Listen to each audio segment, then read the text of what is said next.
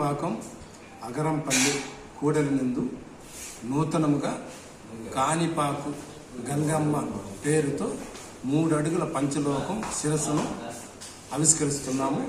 ఇందులకు ప్రస్తుతం Puthalapattu MLA Kalikiri Muralimohan sir, అలాగే Chittoor parliament MP Daggumalli Prasad sir గారు, అలాగే ఏపీసీసీ రాయలసీమ ఇన్ఛార్జి శివశంకర్ గారు, లోకల్గా ఉండే సర్పంచులు, మాజీ ఆలయ చైర్మన్లు అందరూ పాల్గొంటారు.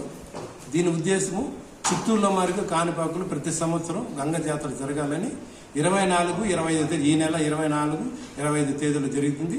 చివరి రోజు నిమగ్నం ఉంటుంది. పట్టు వస్త్రం కూడా వేరే బెంగళూరు నుంచి ఒక డోనర్ వచ్చి ఇచ్చినట్టుగా ఉంది. కాబట్టి చుట్టుపక్కల ఉండే ప్రజలు, భక్తులు అమ్మవారి ఆశీస్సులు తీసుకోవాలని కోరి ప్రార్థిస్తున్నారు.